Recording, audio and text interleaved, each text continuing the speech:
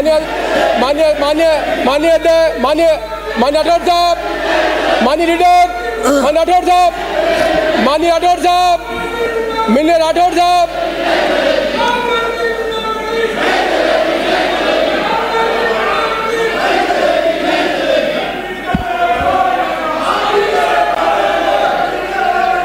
मान्य सदस्य नहीं सुनना चाहते?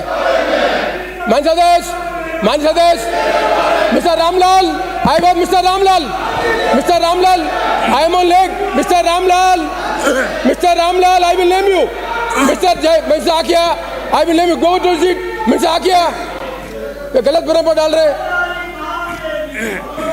मान्य सदस्य, मान्य सदस्य, संसदीय परंपराओं का निर्वहन राजस्थान की विधानसभा आदर्श रही है हिंदुस्तान में। मैं आपसे फिर निवेदन करूंगा, आपका जो भी प्रश्न हो 0 आवर में उठाएं। प्रश्नकाल को डिस्टर्ब करने की परंपरा हमारे पास नहीं रही है। मैं आपसे आशा करता हूं कि आपका जो अधिकार है उस अधिकार का उपयोग करेंगे, प्रश्नकाल को डिस्टर्ब नहीं करेंगे। माननीय सदस्य श्री धर्मेंद्र कुमार, मन संयम, क्या मन संयम, क्या आप अजीब हो यार, क्या ये क्या कर रखा है? गलत परंपरा बिल्कुल। मन सदस्य आप क्या कर रखा? मैं Shri Dharmendra Kumar, Shri Dharmendra Kumar, mister Akiya, I will name you, last time I am warning, mister Akiya, I will name you, last time I am warning you, I said I have given opportunity, I give, मैं पूरे माननीय, प्लीज मिस्टर रामलाल, आप क्या समझ रहे हैं? मैं I am on leg, I am on leg, I said I am on leg, mister Rathore, I will name them, mister Rathore, I will name them, I said last time I name them, don't make fool of this, I said इस राजस्थान की परंपरा को खत्म करके, mister Rathore you are the senior parliamentarian, आज दिन तक इतिहास में कभी क्वेश्चन आवर डिस्टर्ब नहीं हुआ। मैंने आपको कहा 0 आवर में अलाउ करूंगा, मैं 0 आवर रहूंगा।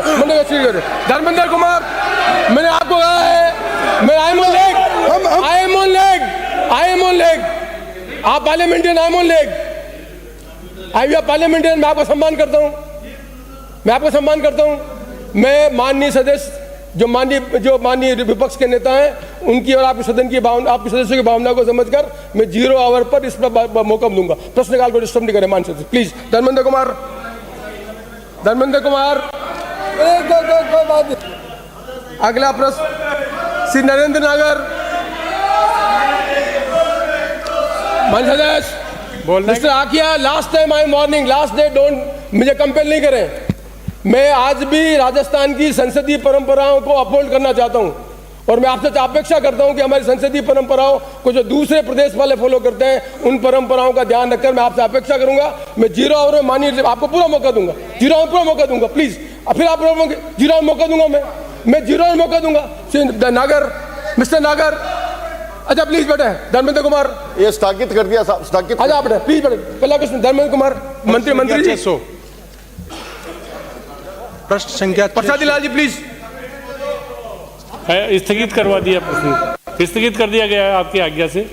तो इसका जवाब तो मेरे को मिल जाएगा साहब। अगला प्रश्न नरेंद्र नागर, प्रश्न संख्या 600।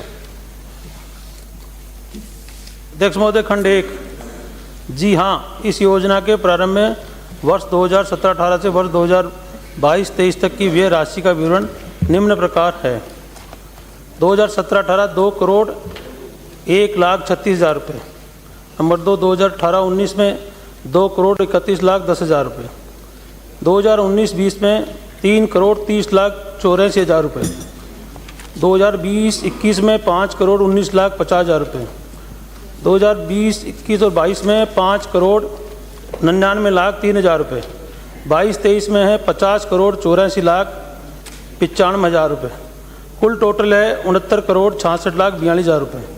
वर्ष 2023-24 के लिए तारबंदी योजना में 444,40,00,000 रुपए का। और ज्यादा जानकारी के साथ हमारे सहयोगी बाबूलाल धायल लगातार मौजूद हैं। विधानसभा की कार्रवाई जो इस वक्त चल रही है उस पर लगातार नजर बनाए हुए हैं। बाबूलाल, क्या चल रहा है इस वक्त?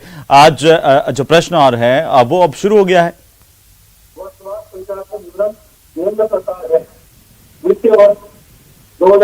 बाबूलाल, अगर आप मुझे सुन पा रहे हैं, प्रश्नकाल की शुरुआत हो गई है। हालांकि शुरुआत में हंगामा जरूर देखने को मिला, लेकिन अब विपक्ष जो है वो शांत नजर आ रहा है। प्रश्नकाल शुरू हो गया है।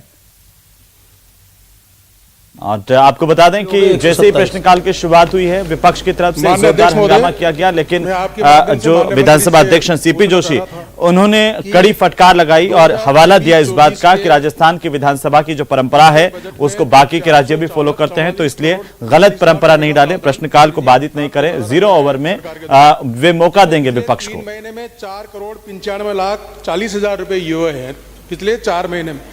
क्या आगे आने वाले 3 महीने में मंत्री जी इस स्पीड को बढ़ाने का प्रयास करेंगे ताकि ज्यादा से ज्यादा लोगों को इस योजना का फायदा मिल सके? पहला प्रश्न तो ये। एक का उत्तर अध्यक्ष महोदय, ये सही है जो मैंने जवाब में दिया है। माननीय सदस्य ने जो बात कही है कि हमने 4 करोड़ रुपए अभी तक व्यय किया है, पर आने वाले फिर से रुक लेते हैं बाबूलाल धायल का। बाबूलाल, क्या चल रहा है राजस्थान की विधानसभा में? प्रश्नकाल चल रहा है।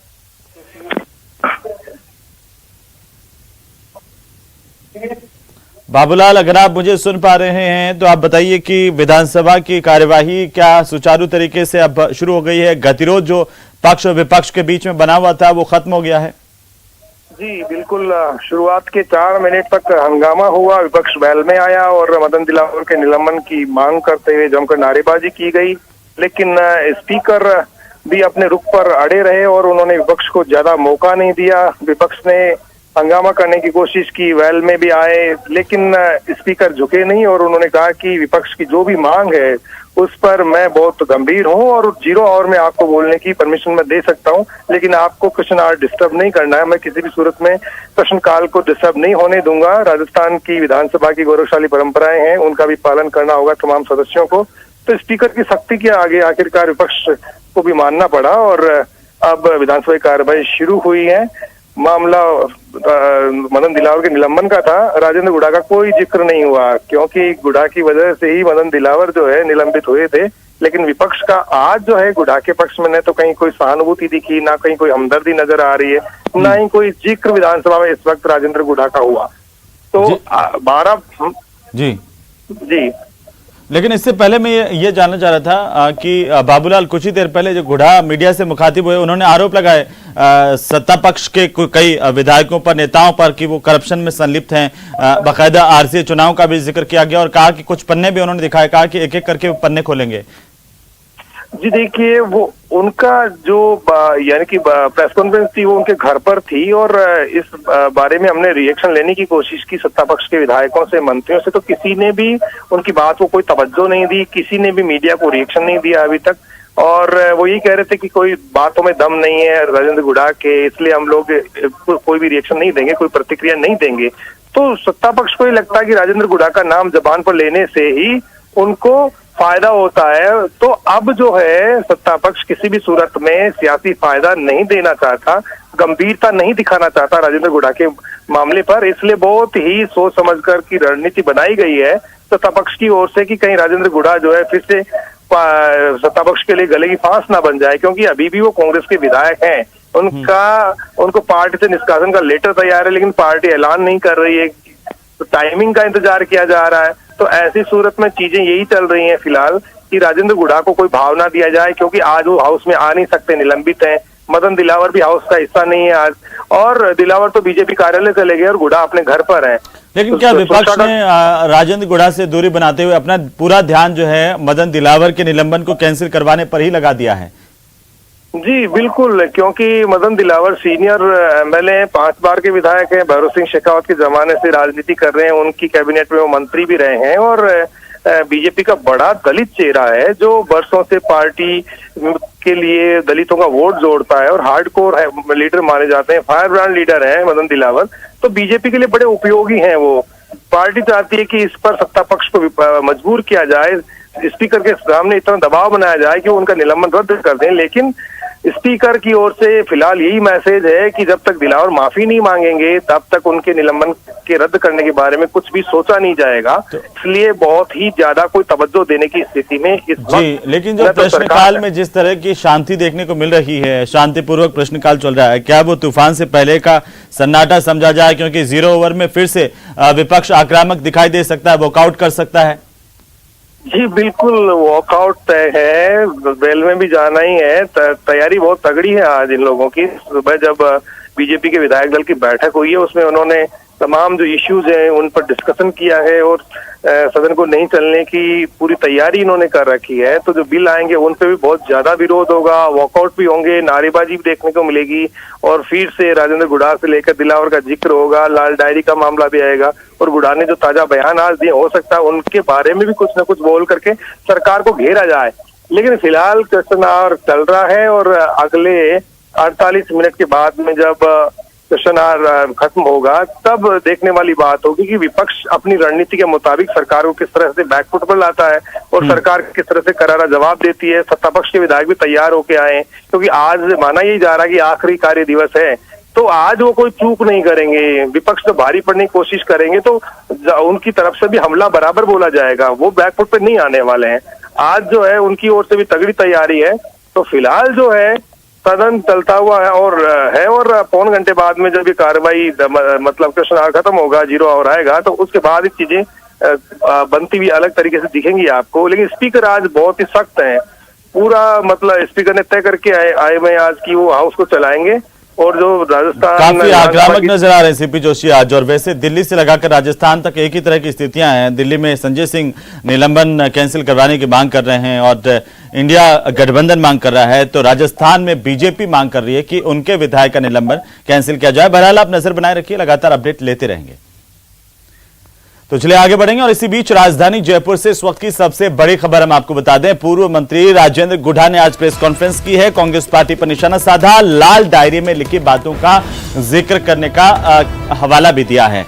वहीं डायरी में करप्शन की सभी बातें लिखी गई, गुढ़ा ने कहा है। उन्होंने कहा कि मैंने अपने विश्वस्त आदमी को जानकारी दी, अगर मुझे जेल में डालेंगे तो वे बताएंगे। सरकार मुझे ब्लैकमेल कर रही है, ये भी आरोप लगाया, लेकिन कोई बड़ा खुलासा नहीं कर पाए। मीडिया ने जब उनसे सवाल किया कि अगर आपके हाथ में डायरी है तो आप खुलासा क्यों नहीं कर पा रहे हैं, क्या कुछ कहा सुनिए। पन्ने क्यों नहीं खोल रहे हैं? ये पहेलियां बुझाने का क्या अर्थ है?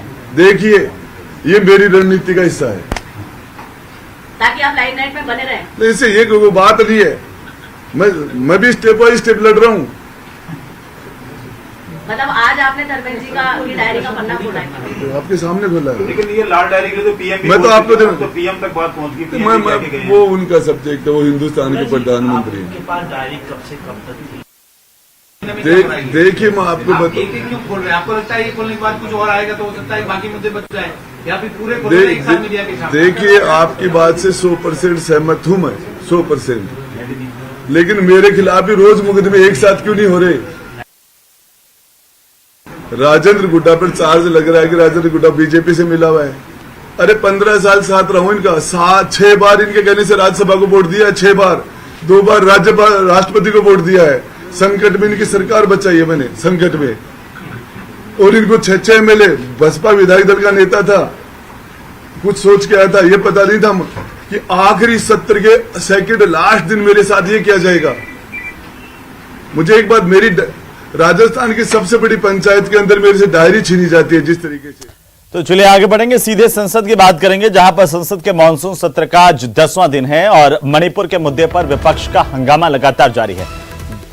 दिल्ली अध्यादेश पर आज लोकसभा में चर्चा होनी है, लोकसभा में बिल पास करवाया जाएगा। बीजेपी ने सभी सांसदों के लिए व्हिप जारी की है। राष्ट्रपति से आज विपक्ष मुलाकात करेगा, इंडिया जो गठबंधन है उसके सदस्य मिलेंगे और अपने लोकतंत्र के हितों की रक्षा की गुहार लगाएंगे। और साथ ही साथ आम आदमी पार्टी के जो सांसद है संजय सिंह, उनके निलंबन को लेकर के भी लगातार गतिरोध पक्ष और विपक्ष में देखने को मिल रहा है दिल्ली में।